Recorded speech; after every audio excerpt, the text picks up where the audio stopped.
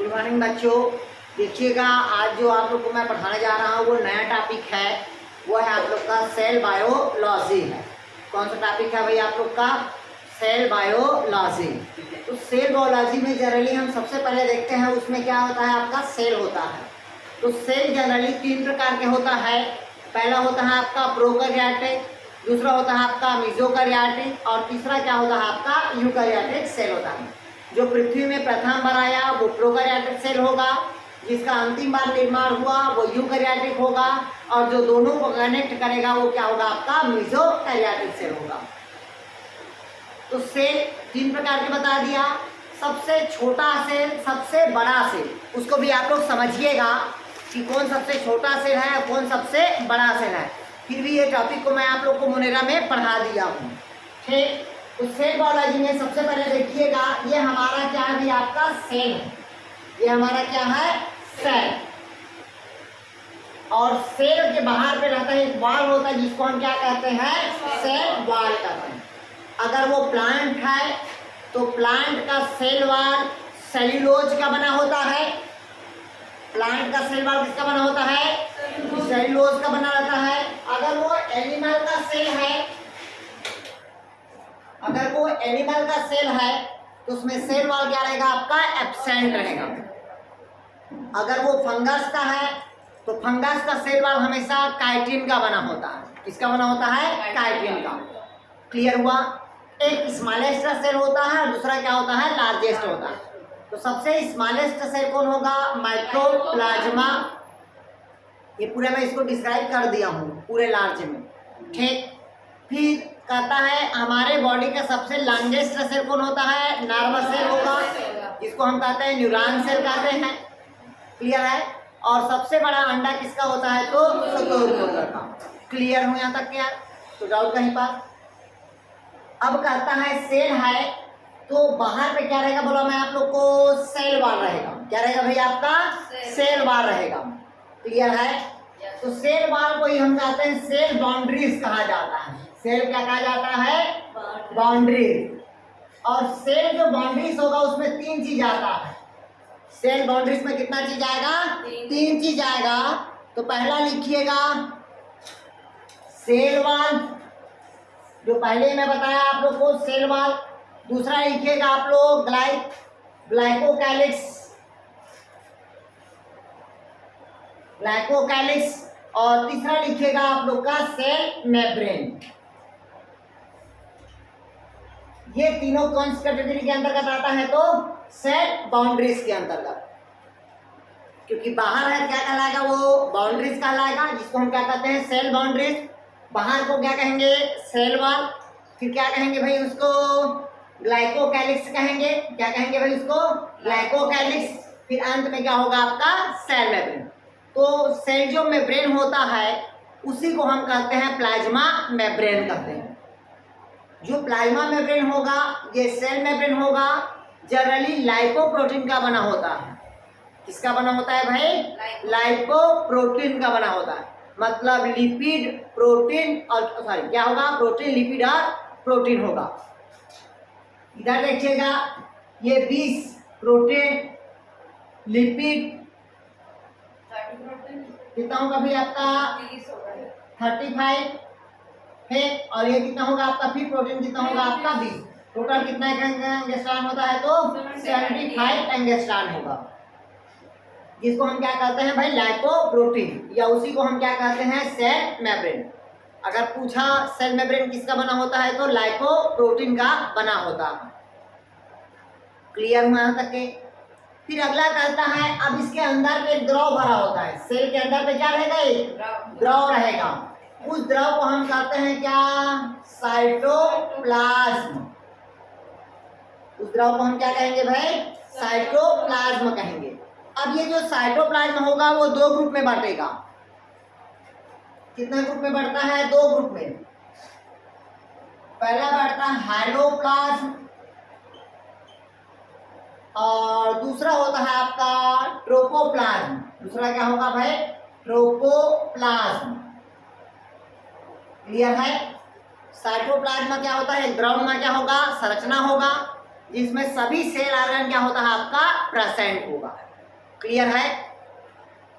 तो साइटोप्लाज्म कितना ग्रुप में बांट दिया है? 2 ग्रुप में। पहला कौन होगा? हाइलोप्लाज्म, और दूसरा कौन होगा? आपका ट्रोपोप्लाज्म होगा। तो जितने भी जो ट्रोपोप्लाज्म होगा, क्या होगा भाई? ट्रोपोप्लाज्म होगा। इस ट्रोपोप्लाज्म में जनरली क्या होता है? 2 ग्रुप आता है। पहला सेल ऑर्गेनल आएगा और दूसरा क्या होता है? नॉन लिविंग सेल ऑर्गेनल्स आता है। क्लियर है? कौन कौन आएगा इसमें? ट्रोपोप्लास्ट में सेल ऑर्गेनल आएगा। कौन आएगा भाई? सेल ऑर्गेनल होगा। और दूसरा इसमें क्या होगा? आपका नॉन लिविंग आएगा। 2 चीज आता है आपका। क्लियर है? अब सेल ऑर्गेनल में पूरे सेल ऑर्गन आ जाएगा, जैसे कि आपका mitochondria, chloroplast, Golgi body, endoplasmic reticulum, plastid, cilia, flagella, centrosome, ribosome, जितने भी सेल ऑर्गन हैं वो सब किसमें आएगा? तो आपका सेल ऑर्गनल्स के अंतर्गत आएगा। क्लियर हुआ तक के? बाकी आता है आपका नॉन लिविंग। नॉन लिविंग मतलब क्या होता है? सेल ऑर्गेनल को छोड़ के जितने भी जो द्रव्यमान संरचना रहेगा वो सब क्या होगा? हमारा नॉन लिविंग। इसको लिखेंगे बल्कि जैसे कि कहता है रिजर्व प्रोडक्ट। तो रिजर्व प्रोडक्ट क्या होता है? 3 होता है। कार्बोहाइड्रेट होगा, नाइट्रोजिनस प्रोडक्ट होगा, और फैट, और क्या होगा? आपका ऑयल होगा। ये सभी किसमें आएगा? आपका नॉन लिविंग में आएगा। देखिएगा, इसमें कार्बोहाइड्रेट आएगा, और आपका कौन होगा? नाइट्रोजिनस का प्रोडक्ट आएगा, फैट आएगा, प्रोटीन आएगा, एल्केलाइड्स आएगा, इसेंशियल ऑयल आता है, गम आता है, लेटेक्स आएगा, गम, latex, organic acid, resin.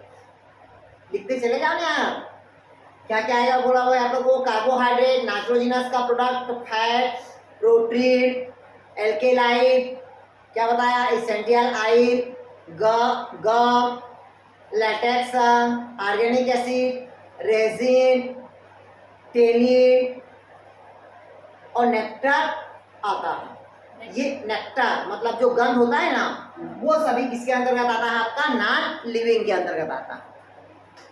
Clear हुआ? और जो केंद्रक होता है वो अलग से रहता है, जहां पास सेंटर में होता है, जिसको हम क्या कहते हैं भाई? न्यूक्लियस कहते हैं। यही कहलाता है आपका सेल बायोलॉजी या सेल स्ट्रक्चर। ध्यान से समझिएगा। सबसे पहले सेल के बाहर में क्या बताया? सेल बाउंड्रीज होगा, सेल बाउंड्रीज। दूसरा क्या बताया? साइटोप्लाज्म। तीसरा क्या बताया? न्यूक्लियस। साइटोप्लाज्म को कितना ग्रुप में बांटा? 2 ग्रुप में। पहला कौन होगा? हाइलोप्लाज्म, और दूसरा कौन होगा भाई? आपका ट्रोपोप्लाज्म। ट्रोपोप्लाज्म में 2 चीज होगा। पहला सेल ऑर्गेनल होगा, और दूसरा क्या होगा? नॉन लिविंग ऑर्गेनिज्म होगा। तो ये जो हाइलोप्लाज्म होता है, इसमें जनरली वैक्यूल्स ग्रुप आता है। कौन सा ग्रुप आता है? आपका वैक्यूल्स ग्रुप ही आएगा। क्लियर हुआ था क्या? तो ये सभी हमारा क्या हुआ भाई? आपका साइटोप्लाज्म। क्लियर हुआ तक के? कोई डाउट कहीं पास? अब कहता है, इधर देखिएगा, इधर पहले समझ लो। अब न्यूक्लियस और सेल मेम्ब्रेन के बीच में, न्यूक्लियस और सेल मेम्ब्रेन के बीच में जो रहेगा वो क्या कहलाएगा? प्रोटोप्लाज्म, जिसको कहते हैं जीव द्रव्य का भौतिक आधार कहा जाता है। मतलब फिजिकल बेस आप क्या कहा जाता है? लाइफ कहा जाता है। क्लियर है? और जो मूवमेंट करता है, कोई भी सेल ऑर्गन का स्थान फिक्स नहीं होता, केवल न्यूक्लियस का स्थान क्या होता है? फिक्स होगा। बाकी कोई भी सेल ऑर्गन का स्थान फिक्स नहीं होता। बाकी सेल ऑर्गन क्या होता है? मूव होता है। मूव मतलब साइटोप्लाज्म के साथ साथ क्या करता है? वो गति करता है। क्या करता है भाई आपका? वो गति करता है। क्लियर हुआ था क्या? आ गया समझ? कोई डाउट कहीं पास? अभी बता दिया था मैं आप लोग को, आरबीसीएस में क्या होता है? केंद्रक एब्सेंट होगा, जबकि डब्ल्यूबीसीएस में केंद्रक क्या रहेगा? आपका प्रेजेंट रहेगा। एपिथेलियल से कैसा होता है? तो लॉन्गिट्यूडनल रहता है, लॉन्ग एंड नैरो रहेगा, बता दिया था। ठीक। और नर्व सेल क्या होता है? आपका ब्रांच सेल रहता है। नर्व सेल क्या रहता है? आपका ब्रांच सेल। तंत्रिका कोशिका पढ़े हो ना, वो कैसा रहता है? शाखा में बटा होता है, डेंड्रान, डेंड्राइट्स, क्लियर हुआ यार। और मीसोफिल का सेल कैसा होता है तो राउंड और ओवल होता है, राउंड और कैसा रहता है तो ओवल रहेगा। क्लियर हुआ था क्या। फिर इसके बाद बताया था प्रोकैरियोटिक सेल, मेसोकैरियोटिक और क्या होता है आपका यूकैरियोटिक। क्लियर है। जितना भी जो मोनेरा ग्रुप का आएगा वो हमेशा कौन होगा आपका प्रोकैरियोटिक सेल। पूरा कैरेक्टर मोनेरा का कौन सा होगा आपका प्रोकैरियोटिक होगा। मेसोकैरियोटिक मैं आप लोग को लिखवाया हूँ डायटम्स और दूसरा लिखवाया हूँ डायनोफ्लैजिलेट। वो दोनों स्पीसीज कौन आएगा आपका मेसोकैरियोटिक का। और जितना प्लांट और एनिमल जो पढ़े हो वो सभी किस कैटेगरी पे आएगा तो यूकैरियोटिक सेल पे आएगा। क्लियर हुआ है ना कि। तो ये हमारा क्या हुआ भाई सेल का स्ट्रक्चर हुआ। अब सेल का स्ट्रक्चर होगा तो एक प्लांट सेल रहेगा, दूसरा क्या होगा आपका एनिमल सेल। अगर इसको नहीं पढ़े होगे तो मैं इसको बता देता हूँ, प्लांट सेल और एनिमल सेल दोनों को मैं डायग्राम बना दे रहा हूँ और समझा दे रहा हूँ। फिर स्टार्ट करेंगे उसका सेल वॉल, फिर cell boundaries, cell membrane start करेंगे। क्लियर हुआ। देखिएगा अब कहता है एनिमल सेल। जनरली जो एनिमल सेल होता है ये हमेशा क्या होता है राउंड शेप होता है। कैसा होगा भी आपका गोलाकार होगा, लॉन्गिट्यूडनल होगा, बट पेंटागोनल और हेक्सागोनल नहीं होगा। क्योंकि प्लांट सेल हमेशा क्या होता है पेंटागोनल और हेक्सागोनल होगा, जबकि एनिमल सेल कैसा होता है तो राउंड शेप होगा। बट एनिमल के सेल के बाहर पे सेल वॉल क्या रहेगा एब्सेंट रहेगा, और सेल वॉल की जगह पे वहां पास क्या होता है माइक्रोविलाई पाया जाता है। क्या पाया जाता है भाई माइक्रोविलाई, जबकि प्लांट सेल में माइक्रोविलाई नहीं पाया जाता। क्लियर होना तक के। फिर कहता है फिर ये हो गया माइक्रोविलाई। फिर कहता है एनिमल के सेल के बीच में क्या पाया जाता है न्यूक्लियस पाया जाता है। क्या पाया जाता है न्यूक्लियस, क्योंकि न्यूक्लियस के अंदर ही क्या होता है क्रोमोसोम का निर्माण होगा। क्रोमोसोम का क्या होता है भाई निर्माण, क्योंकि न्यूक्लियस के अंदर क्रोमेटिन के धागा होता है, वही क्रोमेटिन के धागा क्या करता है क्रोमोसोम का निर्माण करता है, और वही क्रोमोसोम के अंदर में क्या होता है भाई आपका डीएनए रहेगा। मतलब कुल मिला के जितना भी जो अनुवांशिक पदार्थ रहेगा वो सभी कहाँ रहता है तो केंद्रक के अंदर।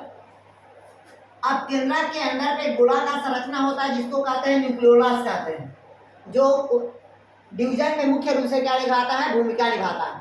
क्योंकि न्यूक्लियस के अंदर क्या रहता है डीएनए रहेगा और न्यूक्लियोलस के अंदर क्या रहता है आपका आरएनए रहता है।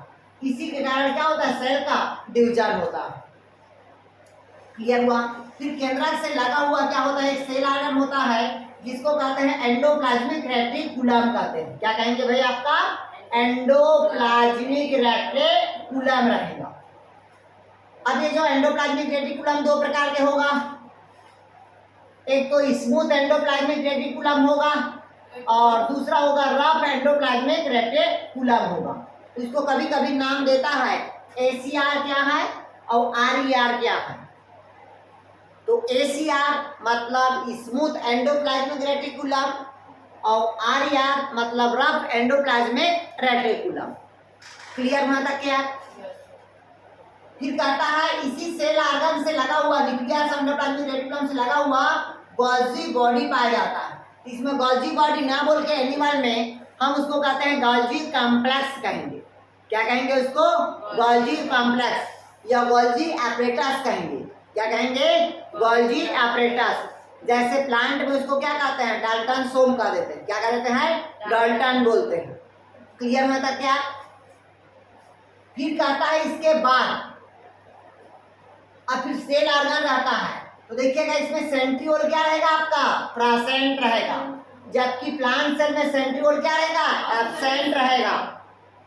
फिर कहता है पैराक्सिसोम, यही एक ऐसा सेल आर्गन है जिसमें कोई भी जेनेटिक मटेरियल नहीं पाया जाता। मतलब पैराक्सिसोम में केवल हाइड्रोजन पेरोक्साइड का निर्माण होता है। किसका निर्माण होगा हाइड्रोजन पेरोक्साइड का निर्माण होगा। इसमें ना जेनेटिक मटेरियल होगा, ना आरएनए रहता है, ना राइबोसोम रहता है पैराक्सिसोम में। क्लियर है। केवल एक जलीय क्या रहता है द्रव भरा रहता है। पैराक्सिसोम में कोई भी प्रकार का जेनेटिक मटेरियल नहीं पाया जाता, केवल पैराक्सिसोम में क्या भरा रहता है मैट्रिक्स भरा होता है। और पैराक्सिसोम के अंदर में क्या बनाता है आपका हाइड्रोजन पेरोक्साइड का निर्माण होता है H2O2 का। क्लियर हुआ। फिर दूसरा कहता है लाइसोसोम। तो आपको सबको पता है सुसाइडल वेग, आत्महत्या की जो थैली कहते हैं वो किसको कहते हैं भैया अपन? लाइसोसोम को कहते हैं। क्लियर है, जिसको सुसाइडल वेग के नाम से जाना जाता है। फिर अगला होता है राइबोसोम। तो राइबोसोम में सेल मतलब क्या होता है? सेल मेम्ब्रेन एब्सेंट होगा और राइबोसोम हमेशा क्या होता है? प्रोटीन का संश्लेषण करता है। तो राइबोसोम अलग अलग प्रकार का होता है। जनरली हम पढ़ते हैं 2 प्रकार के, लेकिन हम पढ़ाते हैं जनरली 3 प्रकार के पढ़ाते हैं। प्रोकैरियोटिक है तो 70S है, ठीक। यूकैरियोटिक है तो 80S है, और मनुष्य में कौन सा राइबोसोम पाया जाता है? तो 55S राइबोसोम पाया जाता है। क्लियर है, 70S राइबोसोम, 80S राइबोसोम, और मनुष्य में कौन सा राइबोसोम पाया जाता है? तो 55S राइबोसोम पाया जाता है। और राइबोसोम का काम होता है प्रोटीन का क्या करना? सिंथेसिस करना। आगे बाकी सब में तो डीप में पढ़ेंगे। फिर कहता है माइटोकॉन्ड्रिया। तो माइटोकॉन्ड्रिया को कोशिका का क्या कहा जाता है? पावर हाउस कहा जाता है। और अगर एनिमल सेल है तो एनिमल सेल के सबसे अधिक मात्रा में कहाँ पाया जाता है माइटोकॉन्ड्रिया? तो लीवर में पाया जाता है। कहाँ पाया जाता है? लीवर पे, क्योंकि एनर्जी को यही क्या करता है? स्टोर करके रखता है। इसलिए माइटोकॉन्ड्रिया को कोशिका का क्या कहा जाता है? पावर हाउस कहा जाता है, एनर्जी बूस्ट कहा जाता है, और सबसे बिजी सेल ऑर्गन होता है। क्लियर हुआ? तो इस प्रकार से क्या होता है? अभी आपका एनिमल सेल है। इसी प्रकार से होता है आपका प्लांट सेल होगा। इसी प्रकार से क्या होगा भाई? आपका प्लांट सेल। तो हाँ, और माइक्रोविलाई के जस्ट नीचे क्या पाया जाता है भाई? आपका प्लाज्मा मेम्ब्रेन पाया जाता है। और वही प्लाज्मा मेम्ब्रेन है जो किसका बना होता है? आपका लाइपोप्रोटीन का बना होता है। किसका बना होता है? लाइपोप्रोटीन का। मतलब इसमें प्रोटीन, लिपिड और क्या होता है? आपका प्रोटीन। और मेम्ब्रेन की जो मोटाई होता है वो 75 एंगस्ट्रॉन से लेकर कितना होता है? 100 एंगस्ट्रॉन तक के होता है। मैक्सिमम 100 एंगस्ट्रॉन, मिनिमम कितना होगा? तो 75 एंगस्ट्रॉन होगा। क्लियर है? दोनों में रहेगा, प्लांट सेल में भी रहेगा और एनिमल सेल में। हर दुनिया के हर सेल में रहेगा प्लाज्मा मेम्ब्रेन। क्लियर है? कोई डाउट नहीं पास यार? अब कहता है, आप देखते हैं भाई अपन प्लांट सेल को देखते हैं, और उसी को बताया गोल्जी कॉम्प्लेक्स है, या उसी को गोल्जी apparatus कहते हैं। क्लियर है? या गोल्जी उसी को क्या कहते हैं? बॉडी कहते हैं। अब देखते हैं अपन प्लांट सेल, फिर इसके पर पढ़ाएंगे आप लोग को, फिर सेल मेम्ब्रेन पढ़ाएंगे। चलिए इधर ध्यान सुनिएगा। अब कहता है प्लांट सेल। कौन से कहता है भी? आपका प्लांट सेल। तो जनरली जो प्लांट सेल होता है ये पेंटागोनल और हेक्सागोनल होता है। कैसा सेल होगा भाई? आपका पेंटागोनल या हेक्सागोनल होगा, मतलब 5 कोणी या 6 कोणी होगा। क्लियर है तक के? अब कहता है प्लांट सेल है तो प्लांट सेल के बाहर पे एक वॉल पाया जाता है जिसे हम क्या कहते हैं? सेल वॉल कहेंगे। क्या कहेंगे भाई? Cell wall. तो प्लांट सेल में जो सेल वॉल होता है वो सेल्यूलोज और पेक्टिन का बना होगा। किसका बना होता है भाई? आपका सेल्यूलोज और पेक्टिन का बना होगा।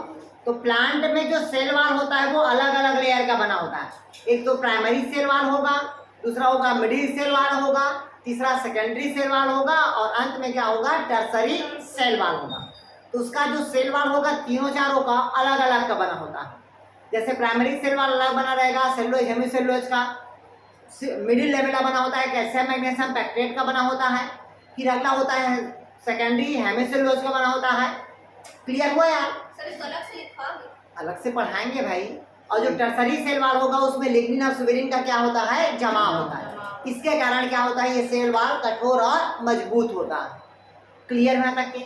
फिर कहता है सेल वॉल के नीचे पे प्लांट सेल है, क्या रहेगा आपका? Cell membrane. तो प्लांट सेल मेम्ब्रेन की जो मोटाई होगा वो 75 से कितना होता है भी? आपका 100 एंगस्ट्रॉन होगा। जनरली ये भी किसका बना होता है? आपका लाइपोप्रोटीन का बना होता है। किसका बना होता है भाई? लाइपोप्रोटीन का। वही मतलब प्रोटीन, लिपिड और प्रोटीन का होगा। क्लियर है? और मेम्ब्रेन 2 नेचर का होता है, हाइड्रोफोबिक और हाइड्रोफिलिक नेचर का होता है। जल स्नेही और जल विरोधी होगा। क्लियर हुआ यार? आ रहा है समझ यार? फिर कहता है इसके बीच में जो रहता है, हाँ, फिर बाकी पूरे अंदर में इसका जो द्रव भरा होता है वो द्रव कहलाता है आपका साइटोप्लाज्म कहलाएगा। क्या कहलाएगा उसका द्रव? साइटोप्लाज्म कहलाएगा। तो साइटोप्लाज्म में सभी सेल ऑर्गन क्या रहेगा आपका? प्रेजेंट होता है। एक तरल द्रव में क्या होता है, संरचना होता है। यही साइटोप्लाज्म होता है जो साइक्लोसिस मूवमेंट करता है। कौन सा गति करता है, साइक्लोसिस गति करता है। और साइटोप्लाज्म में बताया था कौन सा साइकिल चलता है, तो आपका ग्लाइकोलाइसिस की साइकिल चलती है। माइटोकॉन्ड्रिया में कौन साइकिल चलता है बताया था आप लोग को मैं, मैट्रिक्स में चलता है क्रेस साइकिल, और इनर मेम्ब्रेन में कौन साइकिल चलता है, तो ईटीएस चलता है। क्लियर होना तक क्या। फिर कहता है इसके बीच में जो रहता है, और प्लांट सेल में जो सबसे बड़ा जो भाग होता है वो भाग किसका होता है, आपका वैक्यूल्स होता है। वैक्यूल्स कोई जनरली हम क्या कहते हैं, टोनोप्लास्ट कहेंगे। क्या कहेंगे भाई अपन, टोनोप्लास्ट कहेंगे। वैक्यूल्स में सेकेंडरी मेटाबोलाइज्म क्या होता है, स्टोर होता है। मतलब जो सेकेंडरी जो भी उपपचय के दौरान बनी हुई जो भोज्य पदार्थ रहेगा वो सभी वैक्यूल्स में क्या रहेगा, स्टोर रहता है। इसी कारण जो प्लांट बॉडी होगा, कितने भी मोटाई होगा, पानी के ऊपर क्या रहता है, वो तैरते रहता। क्लियर है। क्योंकि पानी और प्लांट की घनत्व में बहुत डिफरेंट होता है। मतलब पौधा का जो घनत्व होता है, डेंसिटी, वो कम रहेगा, और पानी का डेंसिटी या घनत्व रहेगा वो क्या होता है, ज्यादा होता है। इसी कारण पानी के ऊपर क्या होता है, आपका लकड़ी तैरते रहता है। जिस प्रकार से बर्फ और क्या होता है, पानी, पानी के ऊपर बर्फ क्या रहता है, तैरते रहता है। क्योंकि बर्फ की जो डेंसिटी है, घनत्व है, वो क्या होती है, कम होती है, और पानी की डेंसिटी या घनत्व क्या होती है, ज्यादा होती है। आया समझ आ रखे। फिर कहता है इसके बाद देखते हैं, फिर बीच में रहता है आपका क्या रहता है, अभी आपका न्यूक्लियस रहता है। तो न्यूक्लियस वही होता है, जेनेटिक मटेरियल क्या रहेगा आपका, प्रेजेंट रहेगा, जिसके अंदर डीएनए रहेगा। फिर केंद्रक के अंदर पे क्या रहता है आपका, न्यूक्लियोलस रहेगा, जिसके अंदर क्या रहेगा आपका, आरएनए। इसमें सेंट्रियोल क्या रहेगा, एब्सेंट रहेगा। एनिमल में हम सेंट्रियोल क्या पढ़े थे, प्रेजेंट पढ़े थे। फिर इसके बाद केंद्रक से लगा हुआ क्या होता है आपका, एंडोप्लाज्मिक रेटिकुलम होगा। तो एंडोप्लाज्मिक रेटिकुलम दो प्रकार के बढ़ा दिया। पहला होता है स्मूथ एंडोप्लाज्मिक रेटिकुलम, और दूसरा होगा आपका rough endoplasmic reticulum. Endoplasmic reticulum का काम होता है लिपिड का और प्रोटीन का, मतलब लिपिड का और फैट का क्या करना, संश्लेषण करता है। क्लोरोप्लास्ट, तो प्लांट सेल में क्या पाया जाता है आपका, क्लोरोप्लास्ट। उसी को प्लांट सेल में हम क्या कहते हैं, प्लास्टिड कहते हैं। प्लांट सेल में हम क्या कहेंगे, प्लास्टिड या क्लोरोप्लास्ट कहते हैं। क्योंकि क्लोरोप्लास्ट के अंदर क्या होता है, क्लोरोफिल्स होता है, जो सूर्य प्रकाश की लाइट को क्या करता है, अब्सॉर्ब करता है। और पौधा कौन सा लाइट को ज्यादा अब्सॉर्ब करता है, तो कौन सा लाइट को, ब्लू लाइट को अब्सॉर्ब करता है। और प्रकाश संश्लेषण की क्रिया कौन सा लाइट में अधिक होती है, तो रेड लाइट में होगा। क्लियर हुआ था क्या। फिर क्लोरोप्लास्ट में बता दिया था क्लोरोफिल कितने प्रकार का होगा, ये सब। क्लोरोप्लास्ट का शेप भी क्या रहेगा, अलग अलग होगा। उसी प्रकार से कहता है एंडोप्लाज्मिक रेटिकुलम से लगा हुआ क्या रहेगा आपका, गोल्गी अपैरेटस या गोल्गी बॉडी, या उसी को कहता है डिप्टियोसोम, या उसी को कहता है डाल्टन सेल कहा जाता है, या इसी को कहा जाता है ट्रैफिक ऑफ सेल कहा जाता है। क्या कहा जाता है, ट्रैफिक ऑफ सेल। तो अभी आगे पढ़ाएंगे, टेंशन मत लो। अब कहता है फिर इसमें क्या पाया जाता है आपका, माइटोकॉन्ड्रिया। तो माइटोकॉन्ड्रिया को कोशिका का क्या कहा जाता है, पावर हाउस। इसकी संख्या फिक्स नहीं रहती, इसकी संख्या क्या रहेगी, अलग अलग। अगर पौधे का, प्लांट का पत्ती बड़ा है तो माइटोकॉन्ड्रिया की संख्या भी क्या होगी, ज्यादा। पत्ती छोटा है तो माइटोकॉन्ड्रिया की संख्या क्या होगी, कम। उसी प्रकार से क्लोरोप्लास्ट की संख्या क्या हो जाएगी, कम और ज्यादा होगी। बट हर एक सेल पे क्लोरोप्लास्ट की संख्या होती है 50 से 60। क्लियर हुआ तक के। हाँ, उसी प्रकार से माइटोकॉन्ड्रिया होती है भाई। क्लियर है। फिर कहता है इसमें पाया जाता है पैरासिसोम पाया जाता है, जो बता दिया केवल मैट्रिक्स से भरा होता है। क्लियर हुआ था क्या। फिर इसके बाद बताया इसमें मैक्रोट्यूब्यूल्स पाया जाता है। क्या पाया जाता है, मैक्रोट्यूब्यूल्स और माइक्रोफिलामेंट्स पाया जाता है। जैसे उसमें मैक्रोविलाई मिला था ना, इसमें क्या मिलेगा, मैक्रोट्यूब्यूल्स मिलेगा। क्लियर हुआ तक के। प्लांट सेल में भी सिलिया और फ्लैजिला मिलता है। सिलिया और क्या मिलेगा, फ्लैजिला, जिसका अरेंजमेंट होता है आपका 9+ क्या रहेगा, 2 रहता है। क्या रहेगा, 9+2, और सेंट्रियोल का 9+0 होता है। क्लियर हुआ था क्या। फिर कहता है यहाँ पास देखिएगा राइबोसोम होता है, और राइबोसोम का काम होता है प्रोटीन का क्या करना, संश्लेषण करना। मतलब प्रोटीन का क्या करता है, सिंथेसिस करता है। क्लियर हुआ था क्या हुआ, अभी पढ़ाएंगे उसको, टेंशन मत लो। सिलिया और फ्लैजिला का जो अरेंजमेंट होता है वो 9+2 होता है, और सेंट्रीओल का जो अरेंजमेंट होगा वो 9+0 होता है। ये सब मैं पढ़ा दिया हूँ। क्लियर यहाँ तक क्या है? फिर कहता देखिएगा ये सेल वॉल के बीच में क्या होता है, छिद्र रहता है। देखिएगा सेल वॉल के बीच में क्या होता है, छिद्र होता है। इसी छिद्र को हम क्या कहते हैं, प्लाज्मोडेस्माटा। मतलब वो छिद्र होता है यूनिपोलर होता है, बाइपोलर होगा। एक तरफ अगर ऐसे छिद्र है तो ये यूनिपोलर होता है, और अगर दोनों तरफ ऐसा है तो वो कहलाता है बाइपोलर कहलाता है। क्लियर है? एक तरफ है क्या कहलाएगा, यूनिपोलर, और दो तरफ है क्या कहलाएगा, वो बाइपोलर कहलाएगा। तो ये कहलाता है प्लाज्मोडेस्माटा। जैसे एनिमल सेल में दो एनिमल सेल के बीच में क्या पाया जाता है, डेस्मोसोम पाया जाता है। उसी प्रकार से दो प्लांट सेल के बीच में क्या पाया जाता है, प्लाज्मोडेस्माटा, जिसमें मिनरल न्यूट्रिशन का क्या होता है, एक्सचेंज होता है, आदान और प्रदान होता है। क्लियर होता क्या? तो डाउट कहीं पास? ये हो गया आपका एक तरफ प्लांट सेल और एक साइड क्या हो गया आपका एनिमल सेल हो गया। क्लियर है? अब हम जो पढ़ाने जा रहे हैं वो पढ़ाने जा रहे हैं आप लोग को सेल मेम्ब्रेन पढ़ाने जा रहे हैं। क्या पढ़ाने जा रहे हैं भाई? Cell membrane. तो हेडिंग डालिएगा आप लोग बायो मेम्ब्रेन, या उसी को कहते हैं सेल मेम्ब्रेन।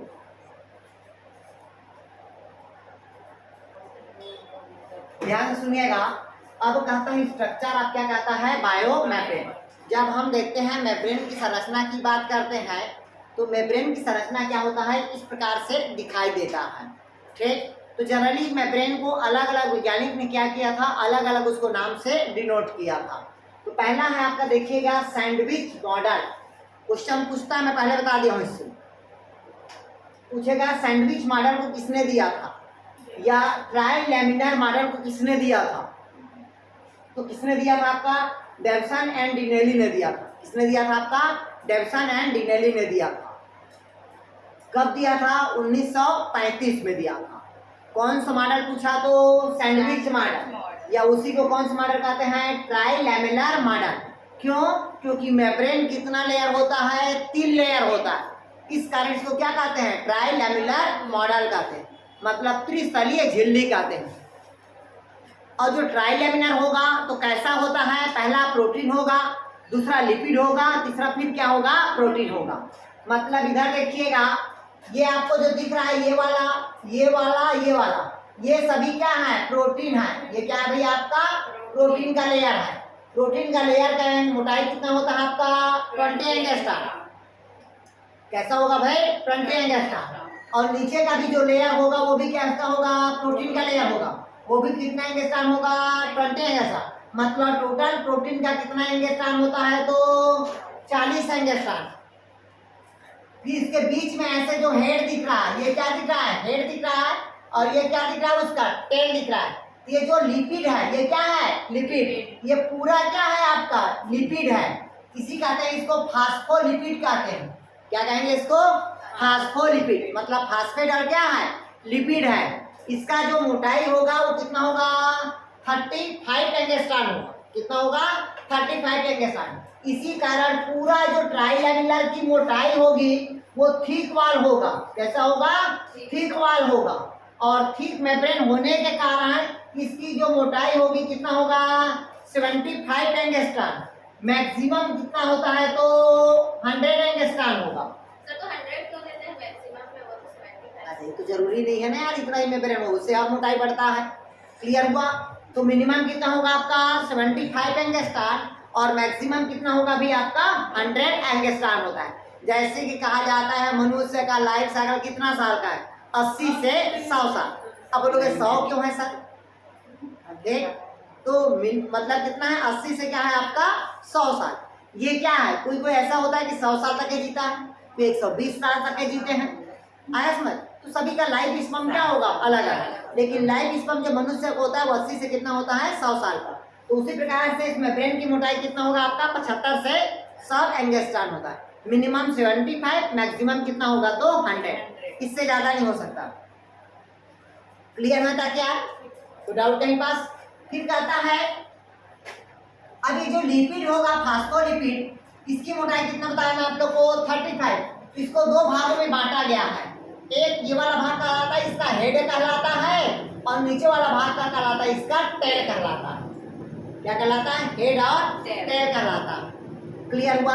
तो जो हेड होता है वो देखिए लिखा है पोलर हाइड्रोफिलिक नेचर का होगा। कैसा नेचर का होता है? Hydrophilic nature. ये क्वेश्चन पूछता है कि जो मतलब जो फास्फोलिपिड का जो हेड होगा वो कौन सा नेचर का होता है? कौन सा नेचर का होगा? हाइड्रोफिलिक नेचर का होगा। कैसा होगा भाई आपका ये? हाइड्रोफिलिक नेचर का होगा। क्लियर हुआ था क्या? हाइड्रोफिलिक मतलब क्या होता है? जल स्नेही होता है।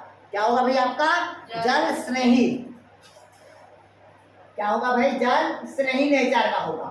और दूसरा जो टेल होता है वो हाइड्रोफोबिक नेचर का होता है, मतलब जल विरोधी नेचर का होगा। कैसा होगा? जल विरोधी नेचर का होगा। क्लियर हुआ था क्या? ये क्वेश्चन पूछता है, मैं पहले बता दिया हूं। जो फास्फोलिपिड का जो हेड होगा वो क्या होगा आपका? हाइड्रोफिलिक नेचर का होगा, और जबकि जो टेल होगा वो हाइड्रोफोबिक नेचर का होगा, मतलब एक जल स्नेही और दूसरा जल विरोधी नेचर का होगा। क्लियर हुआ है तक के? ये कौन सा मॉडल हुआ तो बता दिया मैं आप लोग को, सैंडविच का मॉडल बताया। जिसमें कौन सा मेम्ब्रेन होगा? ट्राई लैमेलर मेम्ब्रेन होगा, जिसमें किसने दिया था? तो आपका डेविसन और डिओनिल ने दिया था। किसने दिया था? डेविसन और डिओनिल ने।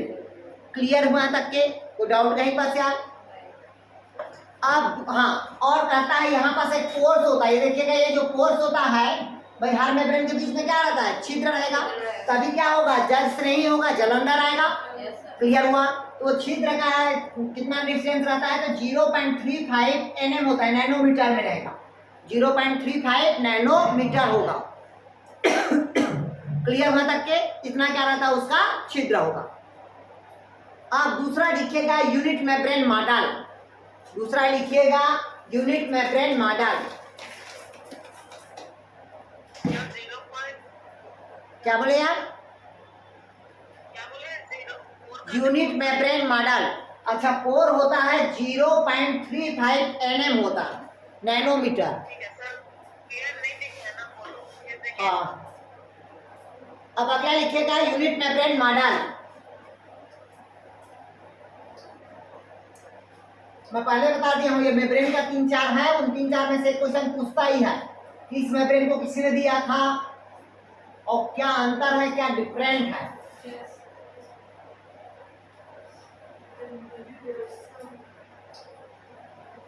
दूसरा लिखिए यूनिट मेम्ब्रेन मॉडल रॉबर्टसन के द्वारा।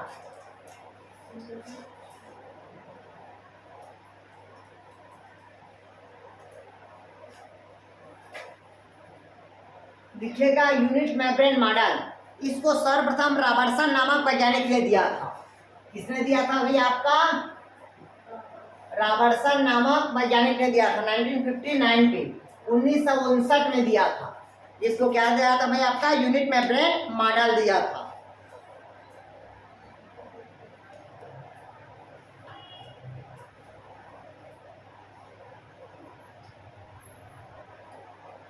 क्लियर है? इन्होंने क्या किया था रॉबर्टसन ने, जब आरबीसीएस के मेम्ब्रेन को देखा था। किसके मेम्ब्रेन को देखा था भाई? आरबीसीएस के मेम्ब्रेन का जब उन्होंने अध्ययन किया तो उन्होंने देखा कि जो मेम्ब्रेन की मोटाई होती है वो ट्राई लेयर होती है। कितना लेयर होती है? ट्राई लेयर, मतलब त्रिस्तरीय झिल्ली देखने को उसको मिला।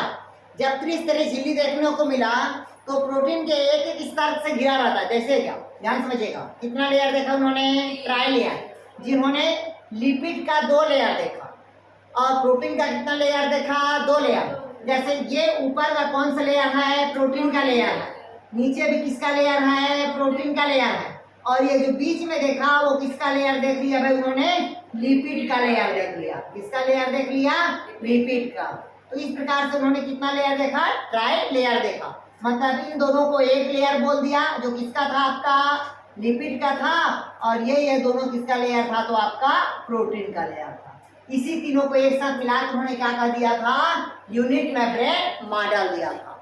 तो यूनिट मेम्ब्रेन में क्या डिफरेंट था? केवल आरबीसीएस में देखा था। किसने देखा था? तो रॉबर्टसन नामक वैज्ञानिक ने देखा था। और हाँ, और ये किसका रूपांतरण माना जाता है? तो ये सैंडविच मॉडल का क्या माना? इसको रूपांतरण मान दिया, मॉडिफिकेशन मार दिया था। किसका? सैंडविच मॉडल का। क्लियर है? इसके अलावा और इसमें कुछ नहीं है। सर इसको आरबीसीएस में देखा और ये सैंडविच मॉडल को किसमें देखा? वो पूरे प्लांट सेल में देखा था उसको। ठीक, मैं बोला ना थोड़ा थोड़ा अंदर है। पूछा सैंडविच मॉडल किसने दिया तो डेविसन डियोनी। अगर पूछा यूनिट मेम्ब्रेन मॉडल किसने देखा था तो रॉबर्टसन ने। पूछा इसका नाम बस पूछता है कीवर्ड। क्लियर है? और तीसरा लिखिएगा आप लोग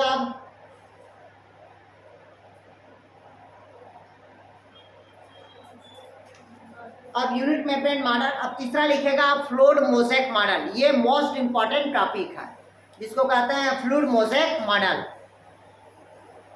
इसी को हम पढ़ा रहे हैं भाई, फ्लूइड मोज़ेक मॉडल को यार।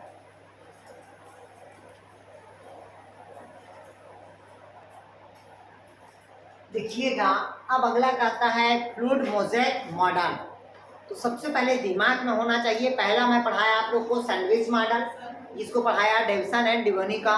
दूसरा पढ़ाया आप लोग को यूनिट मेम्ब्रेन मॉडल, वो किसका होता है? रॉबर्टसन का। तीसरा होगा जिसको कौन सा मॉडल कहते हैं? Fluid mosaic model. सबसे अप्रूवल जो अप्रूव्ड हुआ है, जिसको मान्यता प्राप्त हुआ है, वो कौन सा मॉडल है? तो वो है आपका फ्लूइड मोज़ेक मॉडल। इसी को कहते हैं latest and most widely accepted model. मतलब सबसे प्रमुख मॉडल और सबसे क्या होता है मुख्यतः जो मेम्ब्रेन को मॉडल माना जाता है, वो कौन सा मेम्ब्रेन को माना जाता है? तो आपका फ्लूइड मोज़ेक मॉडल को।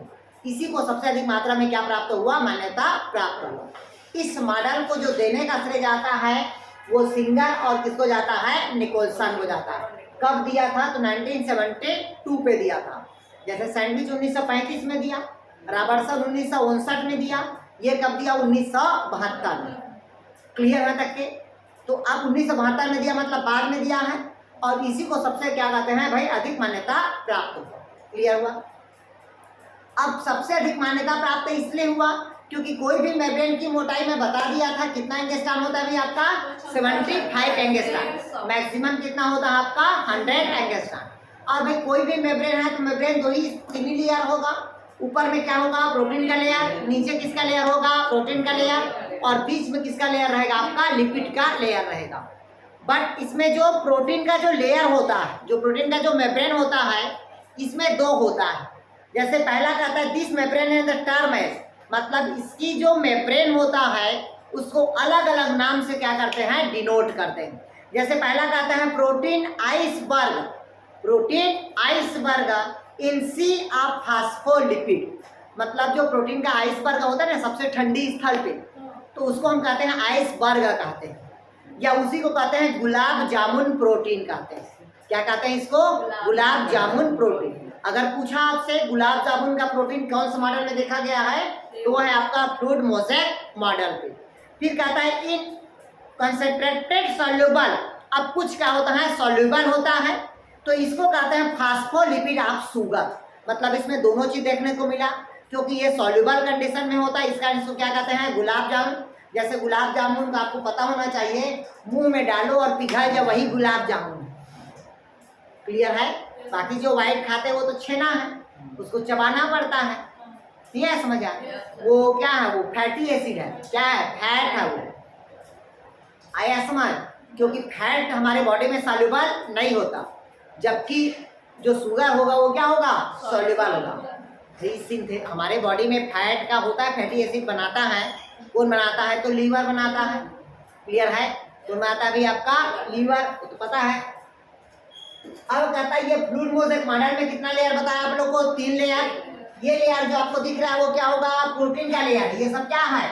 सॉरी, ये ऊपर पे जो रहता है वो कौन होगा? प्रोटीन है। तो प्रोटीन इसमें 2 प्रकार के होगा। कितने प्रकार के प्रोटीन होगा? 2 प्रकार के। समझिएगा भाई, प्रोटीन का मेम्ब्रेन की मोटाई है 20 एंगस्ट्रॉम, नीचे भी कितना है? 20 एंगस्ट्रॉम। बट इसमें कहता है जो प्रोटीन को जो लेयर होगा वो 2 लेयर होगा। कैसा लेयर था? इधर समझिएगा। ये आपको जो दिख रहा है ये वाला, ठीक, इसको कहते हैं टनल प्रोटीन कहते हैं। क्या कहते हैं भाई? आपका ट्यूनल प्रोटीन कहते हैं। इसी ट्यूनल प्रोटीन के बीच में जो गैप रहता है वहां पास होता है इंटीग्रल प्रोटीन होगा। दोनों का भी आपका इंटीग्रल प्रोटीन होगा। क्लियर है तक के? और जो ऊपर पे ऐसे जो लेयर होता है, ये वाला जो लेयर, ये कहलाता है पेरिफेरल प्रोटीन एक्सट्रिंसिक होता है। पेरिफेरल क्या होगा? प्रोटीन एक्सटेंसिव, मतलब एक इंटीग्रल प्रोटीन होगा और दूसरा कौन होगा आपका? पेरिफेरल प्रोटीन होगा। इसी क्वेश्चन को पूछता है कि पूछेगा इंटीग्रल प्रोटीन कौन सा प्रोटीन कहता है? इंटीग्रल प्रोटीन, और दूसरा क्या होता है? Peripheral protein. तो पेरिफेरल जो प्रोटीन होगा वो ऊपर के क्या होगा? लेयर्स में मिलेगा। कहाँ मिलेगा? ऊपर के लेयर्स में। और ये दोनों टर्नल प्रोटीन के बीच में जो मिलेगा वो कौन होगा आपका? इंटीग्रल प्रोटीन होगा। क्लियर हो तक के? फिर इसके ऊपर में आपको ये जो दिख रहा है एंटीनानुमा संरचना, ये कहलाता है फास्फोलिपिड कहलाता है। क्या कहलाता है अभी आपका? फास्फोलिपिड। और इसी फास्फोलिपिड नहीं, ग्लाइकोलिपिड कहलाएगा। क्या कहलाएगा भैया? ग्लाइकोलिपिड कहलाएगा। और ये जो ग्लाइकोलिपिड होगा ये जनरली एक प्रकार के क्या होता है? ओलिगोसैकेराइड्स होगा। क्या होगा भाई आपका? ओलिगोसैकेराइड। अगर पूछा आपसे ओलिगोसैकेराइड क्या है तो एक प्रकार के क्या होता है? वो ग्लाइकोलिपिड्स होता है, मतलब ग्लूकोज और क्या है आपका? लिपिड, दोनों मिलकर क्या बना भी आपका? ग्लाइकोलिपिड्स बना। फिर कहता है ये ओलिगोसैकेराइड हुआ। फिर कहता है देखिएगा, अब कहता है कि जो लिपिड का जो ऊपरी है ले आता है ये वाला होगा, ये क्या कहलाएगा? फास्फोलिपिड है। पूरे क्या कहलाएगा? ये फास्फोलिपिड है, क्योंकि फास्फेट है क्या है? लिपिड है। इसकी मोटाई कितना बताया था मैं आप लोग को?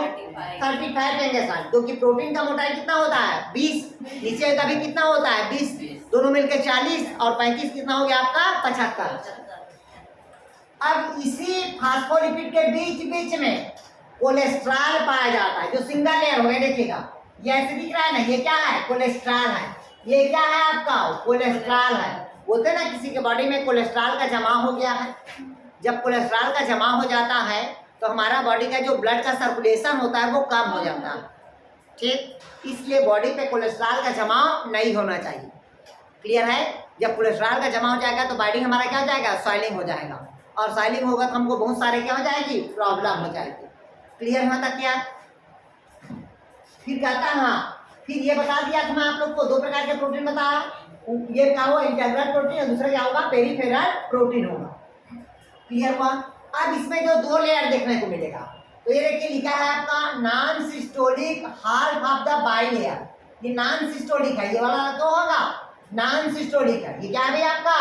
नॉन सिस्टोलिक है, मतलब ये टेल हिस्सा है, क्योंकि ये हेड हिस्सा होगा और ये क्या होगा? हेवी हेड, और बीच वाला क्या कहलाएगा? टेल। तो जो टार वाला होगा, टेल वाला, वो क्या होगा? Non systolic half of the bilayer होगा। कितना लेयर रहता है? ये भी बाइलेयर होगा, दो लेयर होगा। क्लियर हुआ तक के? अब जो मैं पॉइंट टू पॉइंट हो रहा हूँ उसको लिखिए। पहला पॉइंट लिखिए आप लोग, पहला लिखिएगा फास्फोलिपिड। पहला लिखिएगा फास्फोलिपिड, लिखिएगा main component of the cell membrane, मतलब कोशिका झिल्ली की मुख्य जो तत्व होगा वो फास्फोलिपिड होता। लिखिएगा, मतलब जो प्लाज्मा मेम्ब्रेन होता है वो फास्फोलिपिड का बना होता है।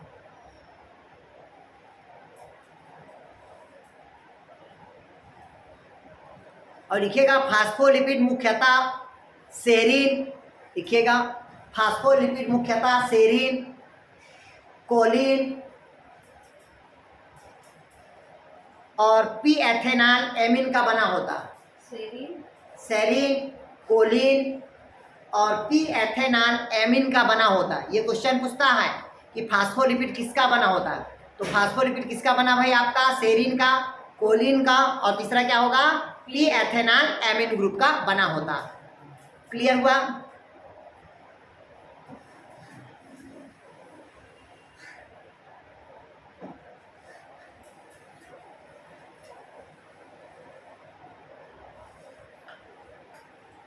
अगला लिखिए, उसी में लिखिएगा प्लाज्मा मेम्ब्रेन में कोलेस्ट्रॉल प्रेजेंट होता है। लिखिएगा प्लाज्मा मेम्ब्रेन में कोलेस्ट्रॉल प्रेजेंट होता है जो रफली होता है, जो मेम्ब्रेन को मजबूती प्रदान करता है, जो मेम्ब्रेन को मजबूती प्रदान करता है। अगर पूछा मेम्ब्रेन रिगिड्स क्यों होता है, मजबूत क्यों होता है, तो किसके कारण होगा? तो कोलेस्ट्रॉल के कारण होगा। जो मेम्ब्रेन क्या होगा? मजबूत होगा।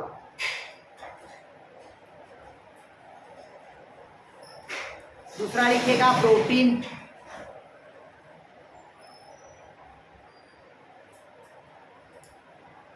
लिखिएगा अगला प्रोटीन, लिखो ना अगला प्रोटीन यहाँ लिखिएगा। इसमें दो प्रकार के प्रोटीन मिलेगा, पहला है इंटेग्रल प्रोटीन और दूसरा पेरिफेरल प्रोटीन। कितने प्रकार का प्रोटीन होगा? दो प्रकार के। पहला बताया कौन? इंटेग्रल प्रोटीन, और दूसरा कौन होगा आपका? Peripheral protein. तो पहला लिखिएगा इंटेग्रल प्रोटीन, पहला लिखिएगा इंटेग्रल प्रोटीन। पहला क्या लिखे? Integral protein. लिखिएगा इन दो, लिखिएगा इस प्रकार के प्रोटीन फास्फोलिपिड से बंधा होता, इस प्रकार के प्रोटीन फास्फोलिपिड से बंधा होता, इसको आसानी से अलग नहीं कर सकते, इसको आसानी से अलग नहीं कर सकते। किन प्रकार के प्रोटीन को? तो इंटेग्रल प्रोटीन को। लिखिएगा ये आसानी से अलग कर सकते हैं क्या? नहीं कर सकते, एक दूसरे से क्या है वो? टाइट है, इंटेग्रल प्रोटीन होगा।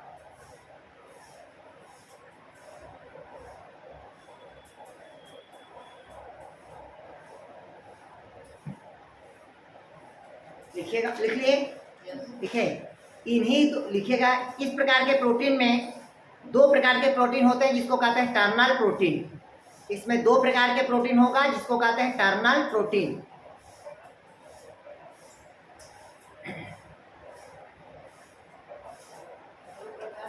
प्रोटीन होता है जिसको कहते हैं टर्नल प्रोटीन। जो घुलनशील होगा, हाँ टर्नल प्रोटीन लिखिएगा। जो घुलनशील होगा वो मेम्ब्रेन से क्रॉस करेगा, जो घुलनशील होगा वो मेम्ब्रेन से क्रॉस करेगा,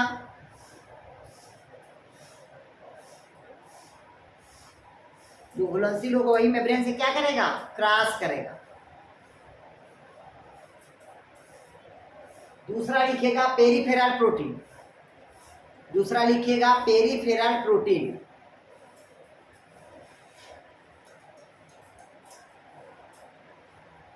लिखिएगा, लिखिएगा इस प्रकार के प्रोटीन लूज अरेंजमेंट होता है, इसको आसानी से अलग कर सकते हैं।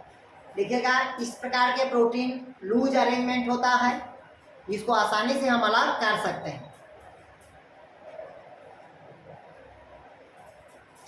इसमें एंजाइम भाग लेता, इस प्रोटीन में एंजाइम क्या होता है? भाग लेता।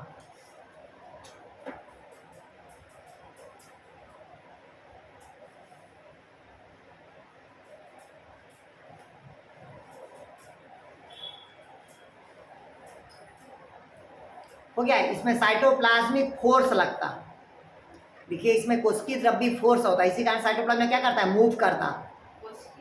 इसमें कोशिकीय द्रव्य फोर्स लगता है।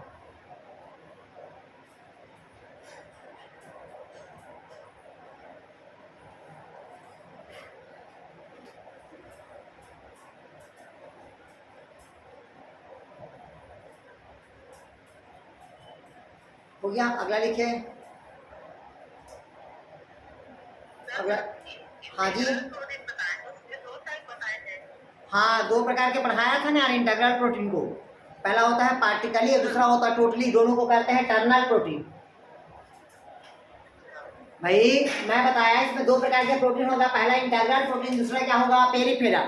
तो इंटेग्रल प्रोटीन भी दो प्रकार का होगा जिसको कहते हैं हम क्या? टर्नल प्रोटीन कहते हैं।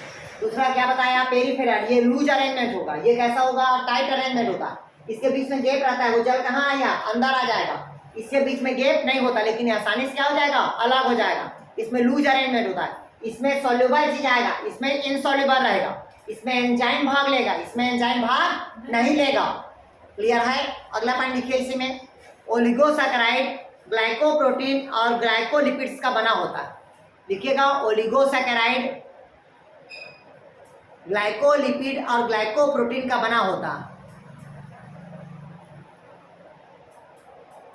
जो प्लाज्मा मेम्ब्रेन में मुख्यतः होता है। लिखिएगा ओलिगोसैकेराइड ग्लाइकोलिपिड और ग्लाइकोप्रोटीन का बना होता है, ग्लाइकोलिपिड और ग्लाइकोप्रोटीन्स का बना होता है। जो मुख्यतः क्या होता है, प्लाज्मा मेम्ब्रेन का मुख्य भाग होता है। ध्यान समझिएगा, जब फर्टिलाइजेशन का प्रोसेस आता है स्पर्म और एग, उन दोनों के बीच में क्या होता है, ओलिगोसैकेराइड होता है। कौन होता है भी आपका, ओलिगोसैकेराइड होगा। क्लियर हुआ यहाँ तक क्या? अगला लिखिएगा, प्लाज्मा मेम्ब्रेन में 30 प्रकार के एंजाइम्स पाए जाता है। प्लाज्मा मेम्ब्रेन में 30 प्रकार के एंजाइम्स पाए जाता है।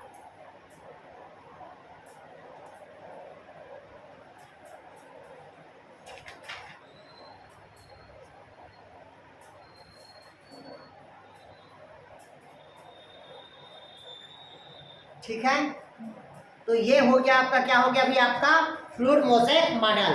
अब अगला लिखिएगा, एक और होता है माइसेलर मॉडल। लिखिएगा माइसेलर मॉडल, इसको केवल नाम बस लिखेंगे माइसेलर मॉडल। लिखिएगा माइसेलर मॉडल को हिलेयर और हाफमैन नामक वैज्ञानिक ने दिया था।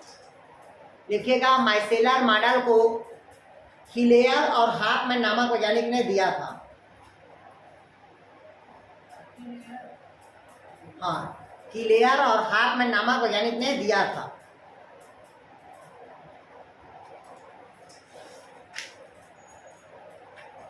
बस इतना ही है यार आप लोग का, क्लियर है। और कल जो हम पढ़ाएंगे वो सेल वाल पढ़ाएंगे, फिर सेल आर्गन पढ़ाएंगे आप, ठीक है। तो आज आप लोग इतना ही पढ़िएगा।